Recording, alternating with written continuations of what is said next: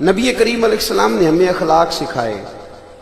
سب سے پہلی بات جو عرض کروں گا وہ یہ ہے کہ سوچ کا اچھا رکھنا سب سے اچھا اخلاق ہے۔ کس بات کا اچھا رکھنا؟ یا ایھا الذین آمنوا اجتنبوا کثیرا من الظن ان بعض الظن اثم، اے ایمان والو بہت سارے گمانوں سے بچو، بعض گمان بھی گناہ ہیں۔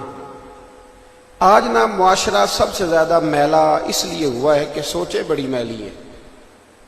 ہر بندہ ہی برا ہے ہماری نظر میں، ہر شخص ہی چھوٹا ہے، ہر آدمی حقیر ہے، ہر آدمی دنیا دار ہے، ہر آدمی برا ہے۔ تو اچھے بندے کہاں سے ملیں گے؟ ہم لوگوں نے کہہ کے نا مولوی بھی برے، پیر بھی برے، درویش بھی برے، سیاستدان بھی برے، جتنے لوگ امیر ہوئے سارے 2 نمبر طریقے سے ہوئے۔ تو خدا کے بندو، نبی پاک علیہ السلام نے فرمایا تھا میری امت کبھی گمراہی پر جمع نہیں ہوگی۔ حضور نے فرمایا زیادہ لوگ گمراہ ہو سکتے، زیادہ لوگ اچھے ہوں گے۔ اس کی آواز ذرا ٹھیک کر دیں، پھٹ رہی۔ تو یہ ہم نے کیسے گمان کر لیا کہ لوگ برے ہیں؟ میں ملک سے باہر تھا تو مجھے وہاں ایک صاحب کہنے لگے جی پاکستان کی حالت بڑی خراب ہے، لوگوں میں نفسا نفسی ہے۔ میں نے کہا نہیں، آپ باہر بیٹھیں، آپ کو کیا پتا، آپ آئیں تو آپ کو پتا چلے گا۔ کوئی نفسا نفسی نہیں۔ آج بھی ہمارے ملک کا حال یہ ہے کہ ایک بابا جی کو ایک خون کی بوتل کی ضرورت ہوتی ہے اور 13 نوجوان گلی میں کھڑے ہوتے ہیں کہ میں حاضر ہوں۔ کس نے آپ کو کہا ہے نفسا نفسی ہے؟ مسجدوں میں چندہ ہوتا ہے کہ نہیں؟ مسجدیں خوبصورت بنی ہوئی ہیں کہ نہیں؟ رمضان میں سخاوت ہوتی ہے کہ نہیں؟ افطاری کے ٹائم سامان مسجدوں میں زیادہ ہو جاتا ہے کہ نہیں کھانے والے سے؟ کدھر ہے نفسا نفسی؟ کون کہتا ہے برائی ہے؟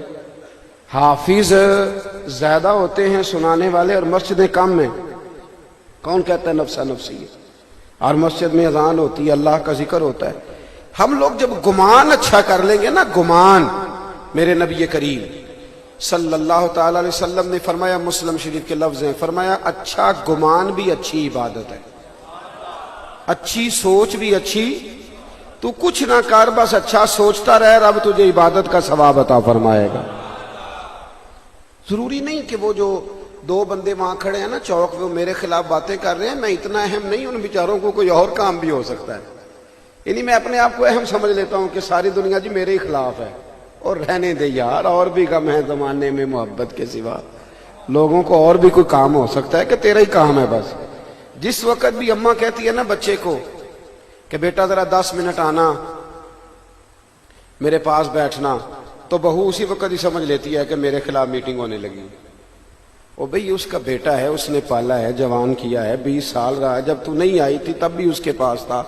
تو یہ کیسی بات عجیب ہے کہ وہ جناب میرے خلاف ہی بات ہوگی۔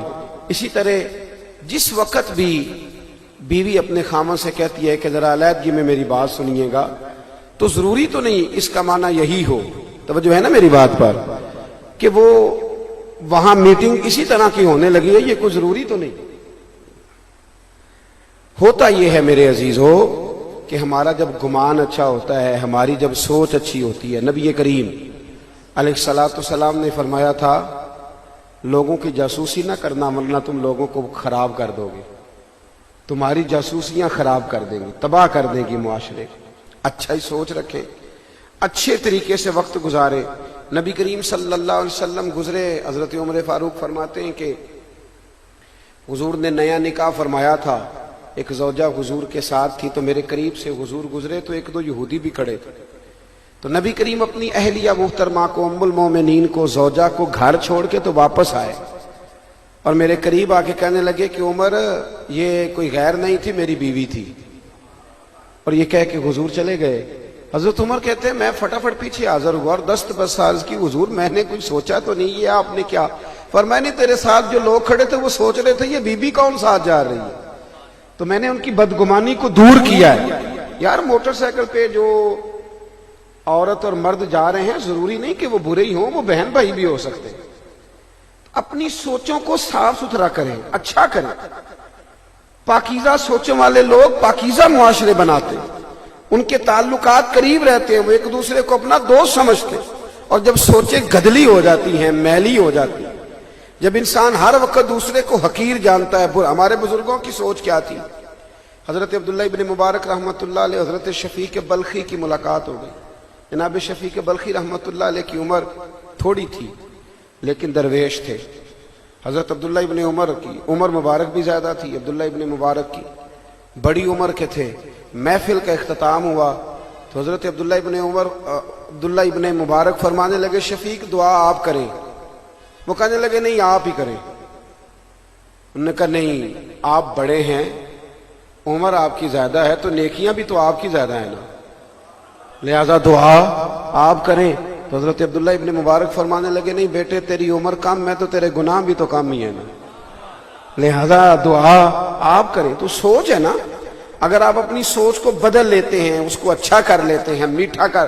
لیکن ایک بندہ کہتا ہے کہ مینوں کی مصیبت پئی ہے، اماں نوں بھی میں ہی خرچہ دیاں، یہ بھی ایک سوچ ہے، اور بھائی کا بھی میں ہی خیال رکھوں اور یہ سارے میرے پاس ہی آ جاتے ہیں. ایک سوچ یہ ہے، اور ایک سوچ یہ ہے کہ کتنا میں خوش بخت ہوں کہ اللہ نے یہ ساری نیکیاں میرے حصے میں رکھی ہوئی ہیں.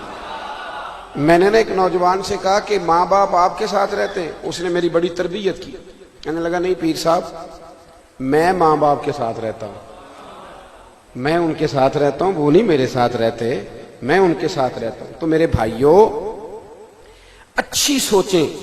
پاکی امام عبداللہ یافعی رحمت اللہ تعالی نے لکھا ہے کہ سارا بغداد جو تھا وہ حضرت بشر آفی کی عزت کرتا تھا، اور صرف انسان نہیں جانور بھی حیا کرتے تھے. جب وہ ننگے پاؤں گلیوں میں چلتے تھے تو چوپائے بھی گوبر نہیں کرتے تھے، عزت کرتے تھے سارے. پر بغداد کا ایک تاجر تھا، وہ کہتا مجھے نہیں یہ پیر اچھا لگتا.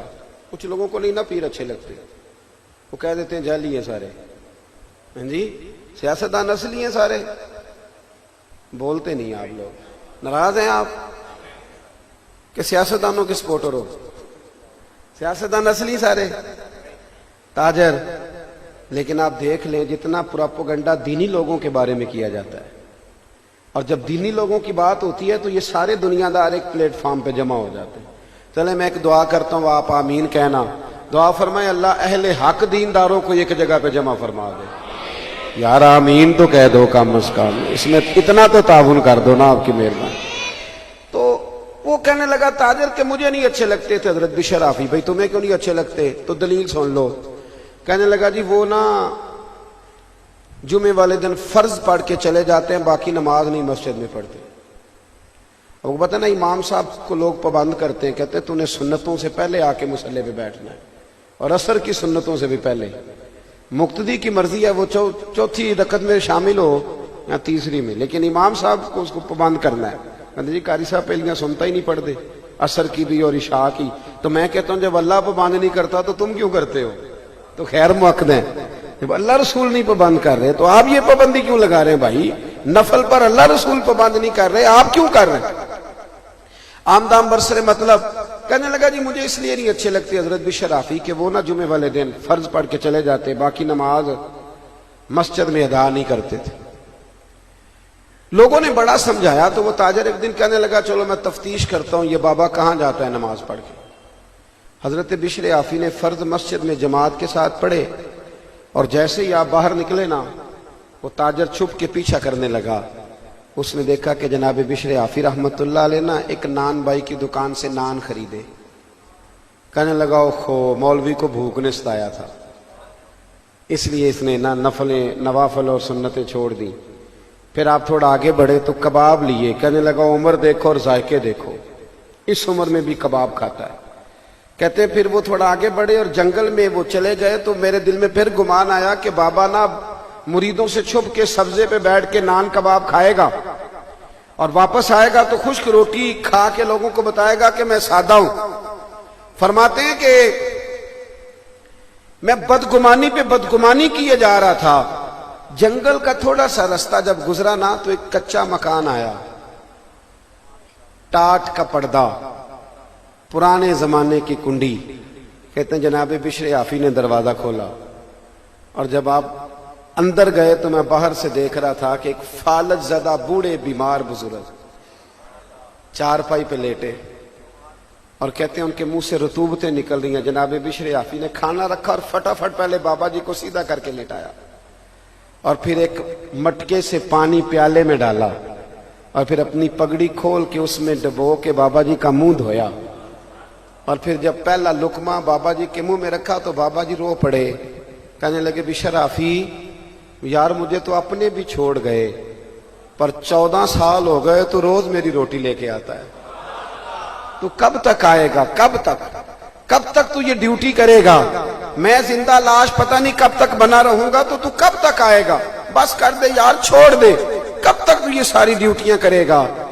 حضرت بشر آفی نے نا بابا جی کے آنسو پونچھے اور کہنے لگے اب نہ کہیے گا کہ آپ بوجھ ہیں، اب نہ کہیے گا، یہ جو سارا شہر میری عزت کرتا ہے، میں ننگے پاؤں چلتا ہوں تو چوپائے بھی گوبر نہیں کرتے، تو یہ میرے چلے اور عبادتوں کی وجہ سے نہیں، میں آپ کی خدمت کرتا رہتا ہوں تو رب نے مخلوق کے دلوں میں میری محبت پیدا فرما دی۔ وہ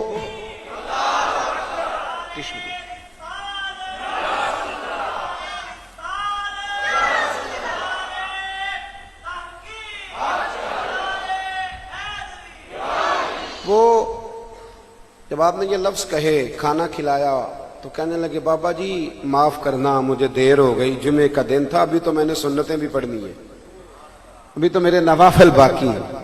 یہ بات کر کے جناب بشر حافی رحمت اللہ علیہ جب باہر آئے نا، وہ تاجر کہتا میں دروازے پہ کھڑا تھا، حضرت نے دیکھا یہاں کیسے؟ کہتے میں نے کہا حضور معاف کر دے، جس چیز کو میں آپ کی غلطی سمجھتا تھا وہ تو سب سے بڑی نیکی نکل آئی ہے، ارے کچھ تو مجبوریاں رہی ہوں گی، یوں ہی کوئی بے وفا نہیں ہوتا، کہا جس کو میں آپ کی غلطی سمجھتا تھا وہ تو نیکی نکل آئی، قدموں میں بیٹھ گیا، کہا مرید کر لیں، فرمانے لگے ایک شرط ہے پہلے میری، ایک شرط، کا وہ کیا؟ فرمانے لگے یہ بات میری زندگی میں کسی کو بتائے گا تو نہیں؟ یہاں پیر صاحب کی کرامت ہو جائے نا تو وہ فیس بک پہ دی جاتی ہے کمپنی کی مشہوری کے لیے، جیڑے محرم راز حقیقت دے وہ تے راز حقیقت کھول دے ہی نہیں، اے جنہ ویکھیا نہیں وہ کرن گلاں، جنہ ویکھ لیا وہ تے بول دے ہی نہیں۔ یہاں تو بھائی بتایا جاتا ہے کہ دوسروں کو بھی بتانا جا کے کہ فرق پڑتا ہے تاکہ لائنیں لگ جائیں۔ خدا کے بندو وہ لوگ محفوظ کرتے تھے ان چیزوں کو تاکہ قیامت کے لیے ذخیرہ ہو جائے۔ حضرت بشر حافی رحمت اللہ تعالی علیہ کہنے لگے کسی کو بتائے گا تو نہیں، زندگی میں کسی سے بات نہ کرنا، اس میں بعد از انتقال بتائے، سوچ اچھی رکھے۔ اللہ کا کوئی نیک بندہ اگر آپ کو ایسا نظر آئے کہ بظاہر آپ کو محسوس ہو کہ یہ غلطی ہے تو تعویل کرے، اس کا اچھا پہلو نکالنے کی کوشش کرے، لیکن بدگمانیاں اپنے دلوں میں بٹھا کے اپنے ذہن کو میلا نہ کرے۔